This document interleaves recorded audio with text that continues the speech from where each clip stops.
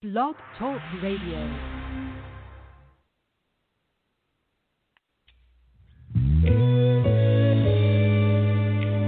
I had to bring Mom in on this one. Anybody grateful for God's blood? Tell him about it, Mom. Oh, the blood that saved me, the blood that raised me, the blood that healed me. Yes. Listen. Thank you for the blood. The blood that saved my life. And thank you for the lamb. Thank you for the lamb. Oh, the lamb that was sacrificed. I'm so glad. I'm so glad that your blood did not let me fall. I'm so glad that your blood.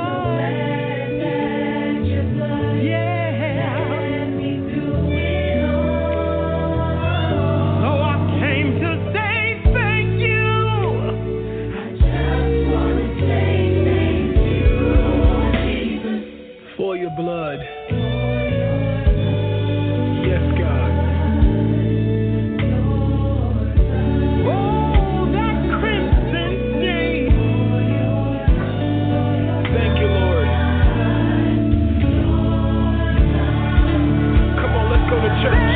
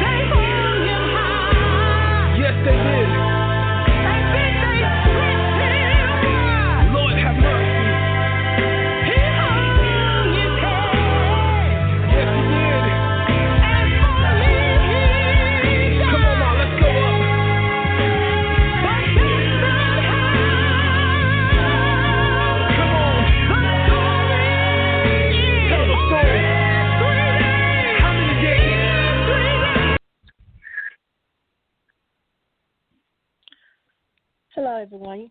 You're listening to Show Talk with Angela Butler. Today, the interview is with Reverend Lionel Gannt from Georgia. Organization Stop the Violence and Incarceration. He may talk a little bit about his organization also. How are you doing this afternoon? Happy Father's Day, Reverend Lionel Gantt. Oh, thank you very much. I'm doing great. Blessed and highly favored. How are you doing, my sister? I'm doing okay. Hanging in there.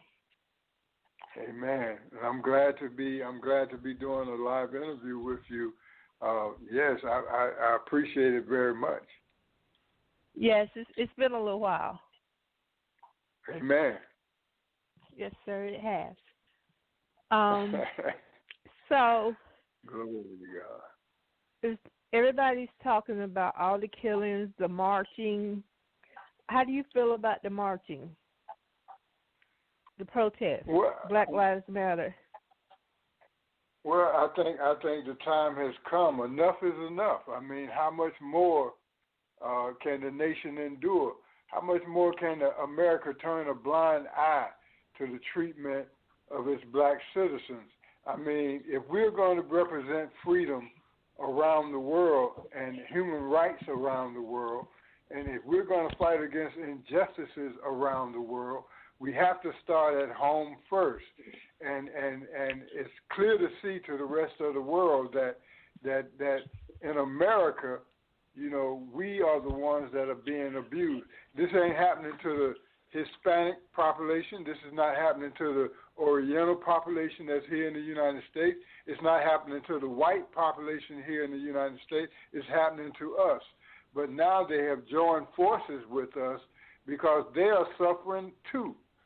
And so I think the nation is crying out for change. This is the revolution that we're facing now. The nation is changing. The people are changing. And I think that's what we're seeing across the nation. Yes, I believe that also the world protested the killing of Mr. George Floyd and the many others that we know about and the ones we don't know about. Not so much. I mean, it's not so much as just George Floyd. I mean, that's what I was saying. Been happening. The many. Yes. I mean, that was people. Yeah, that was the camel. That was the straw that broke the camel's back. Enough is enough.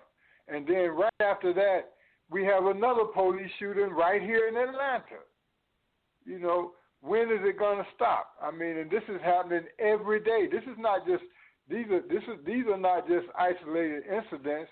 You know, this killing and this beating and the physical abuse of Black Americans is happening every day from police violence. And not only that, you know, we're suffering from black-on-black violence, which poverty is the leading cause of that. You know, people, it takes money to live in America, and you know, our sons are literally dying in the streets. So enough is enough.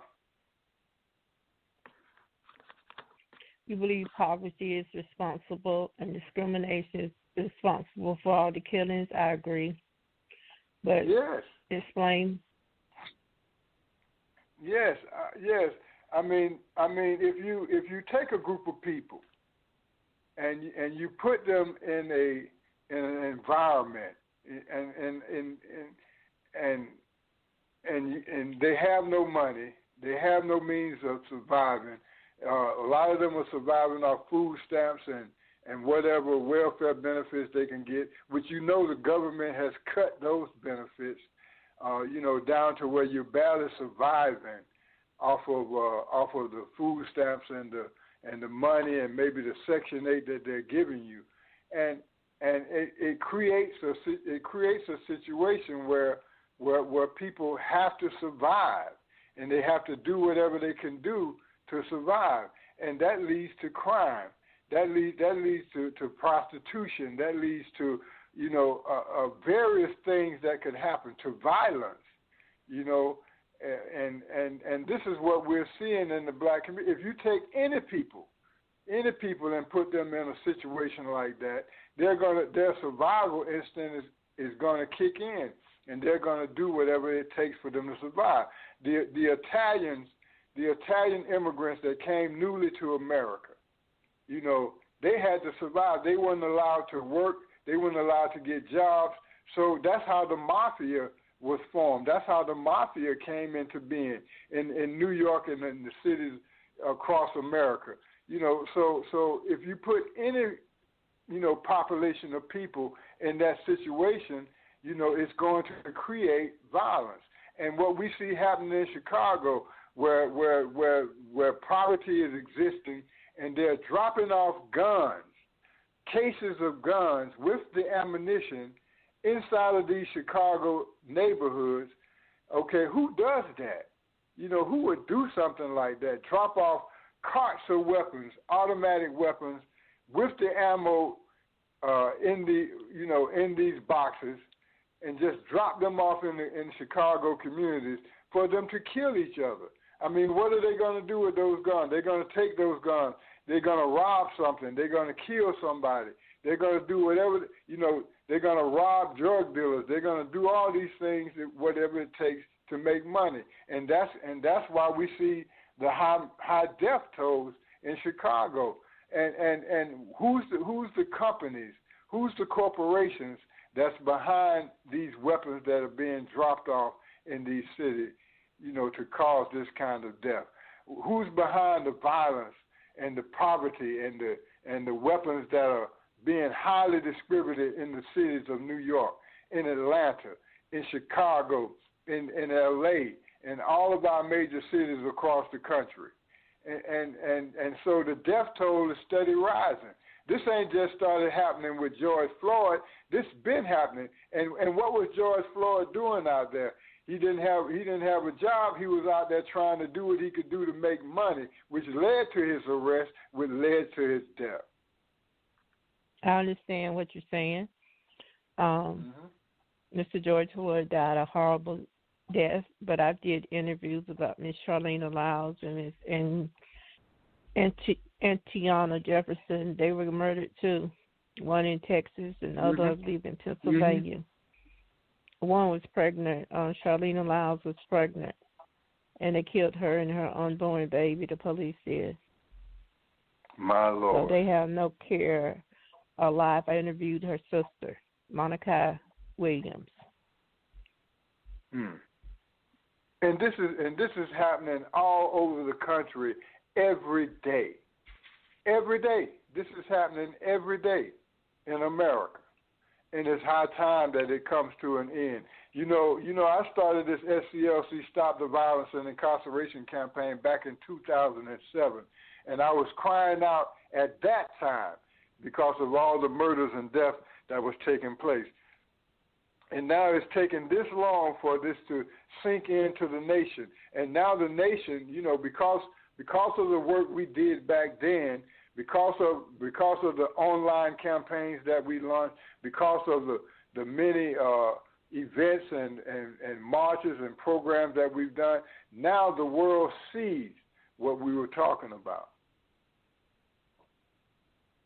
Yes, now everybody sees what you were talking about back in 2007 when you stopped your organization, stopped the violence and incarceration. You did a lot for people, young people. Yes, you did a whole lot. And I thank you, because you've been with us from the beginning. You've been broadcasting and you've been interviewing and you've been, putting the word out there through your radio show for years now. And I appreciate that. I'm going on my 11th year. Amen. Yeah. I do it out my heart. Well, we thank God that the world is hearing. Amen. Yes, sir. So, what is going on with the Southern Christian Leadership Conference there in Atlanta? Well, I mean, we're not responsible for the marches or the protests or any other things that are going on. These are the young people. I think Black Lives Matter. They kind of took the mantle of it, but it's not Black Lives Matter. It is the people. It is our young people who are fed up with this. It's our young people who motivated. In the day when Dr. King marched on Washington, that wasn't Dr. King's plan. They didn't plan to march on Washington. It was the young people at the community level, okay, who said enough is enough, who decided they would march on Washington. And then once the March on Washington was moving forward, then they brought in Dr. King and they brought in the leadership. You know the story how President Kennedy, wanted to know about the march, and they asked the black leaders. He gathered all the black leaders in his office and said, "Okay, so who's running this march on Washington?" And they said, "No, we can't stop it because we didn't start it." So what he did, they put them at the head of it, and they paid them so much money to take over the march, and that's what happened. That's real history. That's exactly what happened. But it was the people who organized that march. It was the grassroots, people that organized that march on Washington. It wasn't Dr. King now, and I'm a member of the Southern Christian Leadership Conference, so I know for a fact, that is true history. But once we got involved with it, the leadership got involved with it, and it became a historical event because they allowed us to march on Washington. Yes. Mm-hmm. So initially, what their plan was, the people's plan at the grassroots, they wanted to shut the government down. They wanted to go down there and shut down the Congress, shut down the government to stop it from working. But it was organized into the march that we saw at the Lincoln Memorial and the shutdown of the government never did happen. But this group that is out here right now, they are determined to shut this government down if this government does not comply with the needs of Black America. But now, what I don't like is the fact that other organizations, under Black Lives Matter, hijacked the protest. They hijacked, the campaign for their own special interests, and we saw a lot of that is what I knew would happen. Okay, go ahead. They used Black people. They used the protests, the marching, the civil rights area, all of that. They use all of that other races of people do, and it drowns out Black people. They try to drown us out with their own wants. Agenda, and that's not with right. Their own agenda. Mm-hmm. Their own agenda, yes. But that's why we are not out there. We're working on the things that we said we would work on. Dr. King's last mission was the Poor People's Campaign, and the Southern Christian Leadership Conference. That's what we are working on right now. Our leadership is working on the economic revolution, on the economic improvement of Black America. And until we equalize the economics of America, until we get America on a level economic playing field, we're not going to see any changes in Black America. And America cannot solve our problem. What we're going to have to do is go to the United Nations, where we are going to be declared as one nation of people, a sovereign nation of people, of Black people living in America, coming from different backgrounds, but we are all American. Every one of us that were born here on American soil should be considered as American citizens. But here it is, 150 years so we're going after to slavery, be sovereign, like the Indians? Huh? Similar to the Indian sovereign? What do you mean? Yes, they are. Yes, they are. And because they are a sovereign nation, the United States government had to make treaties with the Indians. They had to give them land. They had to give them, their rights as a sovereign nation. Okay, with the Jewish people who have Israel, who have the land of Israel over there now, they declared them as a sovereign nation of people. And that's why they were able to get their own land, to get their own country. The United States is giving $38 billion for their support, just as the United States government gives billions of dollars to the Indians and to the Japanese who were colonized over here in the United States after the war. All of these things, all of those ones that they had in the internment camps, or those camps that they had them in, they had to compensate them economically. That's why they have shops in our neighborhoods. That's why they have the economic well-being that they have. But Black America has never received that, because they have never looked at us as a sovereign nation, and they are refusing to look at us as a sovereign nation, because the moment they do that, they're going to have to give us the reparations that we need. They're going to have to give us our land. Remember, they never gave us that 40 acres and a mule. What happened to our 40 acres and a mule? That's right. That is so right. What happened to leveling the economic playing field? That's right.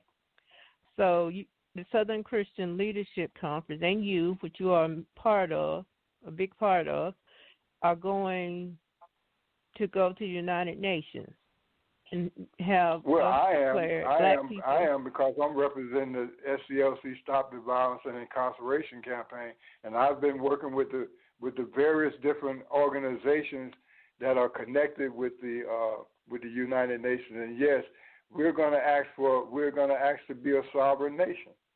That's the only way. America can't solve. Black America needs to hear what I'm saying today. Okay, America cannot solve your problem. Because systemic racism is deep in America. Until we become a nation of people where we have our own governance, where we have our own security forces, where we have our own banking, where we have our own systems in place to protect us as a nation of people, America is not going to do anything. They've had 150 years since the abolishment of slavery to give you whatever freedom they were going to give you, and they're still killing our sons and daughters in the streets. We are still discriminated against across America. We are still, we've been marching, singing we should overcome for a long time, and they still haven't done any of the things that they say they should do for us as a nation of people. So what other organizations are going to the United Nations, and when is this to take place? Well, there are many organizations that have already been, pushing for reparations. There are many organizations that have been, pushing for nationalism, and I'm working with those organizations now. I don't want to give out all of their names and things of that sort at this time, because we become a target at that point, But as far as Dr. King, he had a dream. He always was stating that he realized that we had integrated ourselves into a burning house. That Malcolm X was right. That in order for us to obtain the freedom that we need, we have to separate from America instead of integrating into America. Yes, that is so true. I believe the integration of the schools was a bad idea. Oh, it assimilated Personally. us. It made us weak. It made us America. We assimilated into America, into American culture, into America's way of life, into American society, and that was damaging to us because now we don't have a voice. We didn't, they allowed us to become mayors. They allowed us to become congressmen. They allowed us to become city councilmen, to so-called represent, to represent our people or represent our cities and our districts. But tell me something. Since we've been under these black politicians, since we've been under these black leaders, what has that done for us? What has that done for Black America when we're still leading in unemployment? We're still leading in homelessness. We're still leading in the most cases of abortion. We're still leading in the most cases of drug addiction, of incarceration. What has that done for Black America? Even though for the last, let's say, 40 to 50 years, we've been under black politicians, what have that done for us? I don't know. We have some freedoms. We're not on a plantation. We do get paid to work, even if it's low income. Okay. Well, let me answer that. Okay. They're killing the Mexicans us come over in the here. streets. We have the right to vote. Okay. We have the Civil Rights Amendment that's been passed. All right. The Mexicans that come over here, they don't vote. They don't care nothing about no civil rights. But they got houses, they got lands, they got cars, they got everything, okay. And then the Jews that came over here, they didn't ask for no rights. They didn't march, they didn't protest. Well, yes, they did. They did a little bit of marching and protesting, but they got all of the wealth of America, and like I said, right now, America is paying $38 billion to Israel. Right now, that's my money, that's your money, that's our tax dollars that they're paying to them. But you won't pay Black America not one red cent for my understanding was that was already their money. They kept their money. They put sanctions on the money. That wasn't reparations. Who? That was my understanding. That it was already that country's money, but they had put so many sanctions on it they couldn't get their own money. Who? Israel? America did that. America kept their money. They put sanctions on them, and it was like $600 million. And after so many decades of them keeping it, it accumulated to $34 billion. America only gave them $1.7 billion of their money. Other countries gave them money also. Gave them their money. Why? They're not the real know. Jews. They're not the real Jews. We are the real tribe of Judah. We are the real Israelites. By the DNA test that they ran on the graves in Egypt, and the DNA of the people that are living in Israel proved that they are not the Hebrew nation. We are. The DNA only matched one nation of people in the world, and that was us that are living in Black America. We are the true descendants of Abraham. We are the true descendants of Isaac and of Jacob. They are not. They came from Khazar. We know where they came from. We know they came from Germany. We know exactly where those white people living in Israel now. We know exactly where their roots come from. They never lived in Africa. How can some white people be living in Africa? How can white people be living in Africa? That don't make no sense. Okay, so we know they're not the true Israelites. The true Israelites are you and me. The people that are living in America, that was enslaved in America, we are the ones who fit that DNA. We are the ones who are the legal descendants of Abraham, not those that are over there in the Holy Land. So that money should be coming to us, not to them. They should be paying us that money because they are not the nation of Israel. They may be by name because they chose that name, but they are Khazars. They are Jews by religion, but they are not Jews by blood.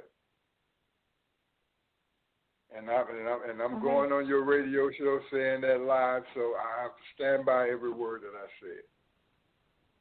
All right. You stand by every word that you say. Okay, so when reparations, I just believe that if we get reparations, which has already been ruled by the United Nations that they owe us reparations, we still haven't collected, that they're going to put people over it, pay people to be over it, and to decide what is done with the money. Well, I believe that we're not going to get individual checks as citizens, then black, that's not as reparation. Black people. Then that's not reparation. By definition, that's not reparation. I mean, you did it for everybody else. Why you can't do that for us? You know, the hatred for Black America runs so deep in this country that they are afraid for us to even bring that to the table. They're hoping that we could march and sing, "We shall overcome," and they'll give us a little trinket. They'll give us some. Look at what they're talking about. Oh, we're going to reform the police. What do you mean reform the police? Unless you change the hearts and minds of these police officers, unless you change the individuals, you can put all the laws you want on the book. They're gonna continue to abuse our people. They're gonna continue to lie, and get away with murder as long as they can, because that is their nature. That's what they do, and the Black police are included in that. And it's a shame. I say shame on you, Black police officer, for the way you treat our children, for the way you treat them worse than the white people do. So I'm not excusing you either. So the problem with systemic racism in America, it goes too deep for America to solve that problem. It has to be solved through the world courts. It has to be solved at a higher level. So, since they rule for reparation, where is that coming with the Southern Christian Leadership Conference and the economics? Well, how is that coming along? I can't speak for our for our, national leadership, because they have a lot of things on the table that they're working with. But right now, our main focus is rebuilding the black economy, building our economy from the people up. I mean, what they're trying to do is level the economic playing field, and everything that we're doing as an organization is geared toward that. No, we're not out there marching in the streets. We done marched. We done sung. We done did all of that. And until we come to the table with some real economic change for Black America, because that, I mean, if you give them a decent job, then our black boy, they won't pick up the dope sack. They rather get a paycheck every week than be going out there risking going. Now, forgive me. Now, there is a small percentage of blacks, of whites, of Hispanics, of all races and denominations. They just choose to live a life of crime. That's the life that they want to live. They glorify that life. So let's just say 10% of them, they're going to choose that life anyway. But the majority of people, when given a choice between having a job or getting out there committing crime, they rather have the job. Yes, I believe that too. I believe people would rather have the jobs too. I believe that wholeheartedly. Mhm. And so that's what we're keeping our focus at right now, on creating real economic opportunities for our people. Real economic opportunities, something Black people don't have a lot of economic opportunity. I mean, we can have a job, but the key to economic wealth and economic growth, you need to have business. You need to have some type of income that's I mean, okay, if we look at the Iranians and the Iraqians and the Saudi Arabians and all of these different people that are coming into our neighborhood, what are they doing in our neighborhood? They're opening up stores. They're opening up gas stations. They're opening up liquor stores. They're opening up, businesses in our neighborhood. They're opening up the check cashing places. So they are opening up businesses in our neighborhoods that are thriving off of the money that we're making every day. Now we have to open up our own stores. We have to open up our own grocery store. We have to open up our own restaurants, our own gas stations. We got to do that in our neighborhood in order to keep our money in our community, and we're not doing that. We're just going to work every day, paying the bills every day. That's what. Yeah, that's basically it. That you are telling the truth about. That's basically what people do.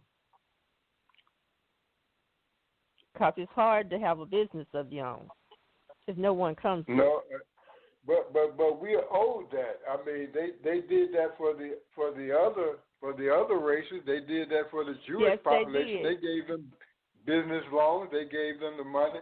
The banks gave them the money East to too. do People what come they had over to here do. from the Middle East. People come from the Middle East. They automatically end up on gas station stores and motels and things. Amen. And all of their names just about seem to be Patel. Last name Patel, Patel. And in their country, that means hotel. So all of them can't be named Patel. Amen. So I don't get all that. But what I do know is things have got to change. We can't keep being murdered and oppressed. It's got to change. Equal opportunity. They said Black people should just bring themselves on up. Black people can't bring themselves on up because of systemic racism. And education. We have the poorest schools in the nation. Our teachers can't even teach, and they say, well, these children are so bad. Why are they so bad? Because they're put in an environment. You remove the father from the home. You put them in a living condition where they can't thrive. You're putting them in schools where they can't thrive. And if you don't have an education, how are you going to make it in this world? I mean, if you don't know basic math, you know, everything that has to do with business has to do with math. If you don't know how to judge percentage, if you don't know what interest rates is, if you don't know, you know, what a loan is, if you don't know money, if you don't know finances, how are you going to conduct a business? Okay, so that forces them into prostitution, that forces them into drug dealing, that forces them into running con games on the street, that forces them into robbing crews because they have to survive in America. It takes money to survive in America, and they're going to get it by any means necessary.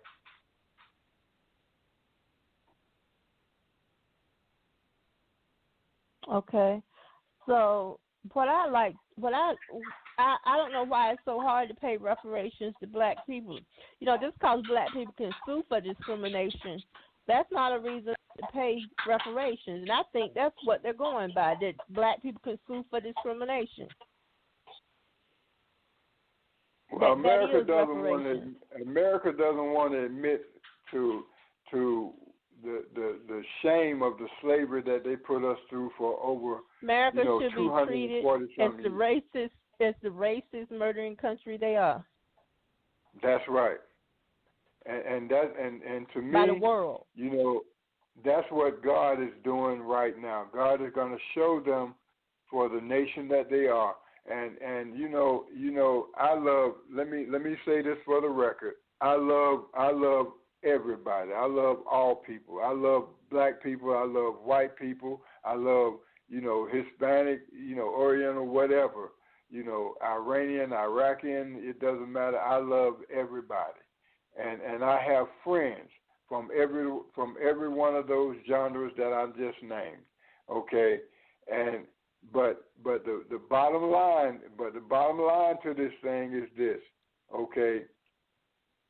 We are the ones that are being mistreated because not of our education, not of our wealth or our standing, but we are being treated this way because we are black. And that's where the problem lies. Because before I say the 1700s, you know, there was no such thing as racism or anything like that. You know, before we saw slavery here in America, you know, in the 1600s, you know, yes. There was no, you know, people wasn't doing that. You know, they weren't calling people white and black. They was calling you from where you came from. If you came from Liberia, they called you a Liberian. If you came from Egypt, they called you an Egyptian. You know, if you came from England, they called you, you know, you were British. You know. But now all of a sudden, this thing, when America comes into being, we start talking about this black and white, the separation by the color of the skin, so that they could feel superior. But now God is bringing that to an end. God is. He's bringing all that to an end. And they're murdering us. You know, there's a lot of black people being murdered by the police. Somewhat like what Mr. George Floyd is saying, he and the police officer dating the same woman, but I don't know if that's true or not. So I wouldn't go by what I'm saying because I'm not 100% certain that what I'm saying is right, that they dated the same white woman. So I don't know. I really don't know. As a law enforcement officer, you know, you don't have to take somebody's life to apprehend them. You know, you're supposed to apprehend them and let them have their day in court, and let them, you know, and let the justice system work, you know, on behalf of that person or on behalf of the citizens who he was trying. I mean, you know, he was inside the store trying to pass off some fake money, or I heard so many stories that he tried to use a credit card, so I don't even know. That seemed like something, you know, that you know, strikes my attention. it makes me feel like this whole scene was staged, that they staged this whole thing, set this up so that they could cause the marches, so that they could cause all the things that we saw to distract us from what's really going on. You know, and what's really going on is what's happening in China, what's happening over in Russia, what's happening in the rest of the world, what's happening in Israel right now. You know, Israel is trying to take over and we're not even paying attention to the things that are really happening in the world because we're being consumed with distraction. Israel is trying to do what? Oh, well, Israel, because of Donald Trump, they're trying to go ahead, and he made an agreement with them that they'll be able to get some more land from the Palestinians. They're over there trying to widen out their borders right now. That's going to cause a war in Palestine again. And if Trump is not reelected, then that plan, that deal that he made with them is scratched. So they're moving forward with their plans to take over the West Bank, to take over more land. What's happening in Philistine? In Russia? Oh man, the whole protest with them, transforming from a socialist nation to the nation that they are today. They are they're killing people by the hundreds of thousands. Especially the black people, they mistreated them. They've done, all kinds of things that they're doing right now. And then as far as the Ukraine is concerned, that's a war going on right there, right now, that we are oblivious of here in America because the press ain't talking about that. The press are talking about people marching and protesting. They're talking about stuff that that won't even make a difference, as opposed to reporting the real news that's going on around the world. And we know what's happening with China. We know that this pandemic was not a pandemic, but it was a plandemic. They planned this, and this the thing coronavirus was unleashed. Is what you're talking about. Yes, coronavirus. The coronavirus is a pandemic. Yes. Some of their people died too over there in China. Yeah, but they have. I saw videos where they had trucks. I mean, look where our death toll is up into the hundreds of thousands now. Yes, in Florida it's real bad. Florida is about as bad as New York, almost as bad as New York with the coronavirus. I know I wear my mask and stuff like that, and wash my hands and all of that. Because Florida is ate up with it. But the coronavirus is something else. As far as it being a pandemic, I know I saw videos of Chinese trucks where they were going spraying disinfectant on all the buildings and cars that were outside, all over China.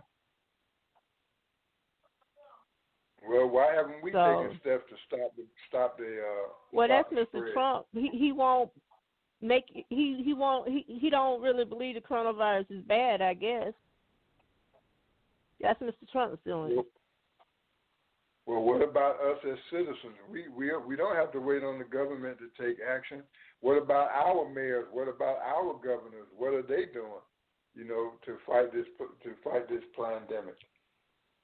Yeah, they're spraying cars and buildings down. Everything that's outside is being sprayed. The sidewalks, the roads, everything is being sprayed with a certain type of disinfectant, a certain type of something that kills that. Cleaning it. They clean it all outside. They do it all day long in China. Amen.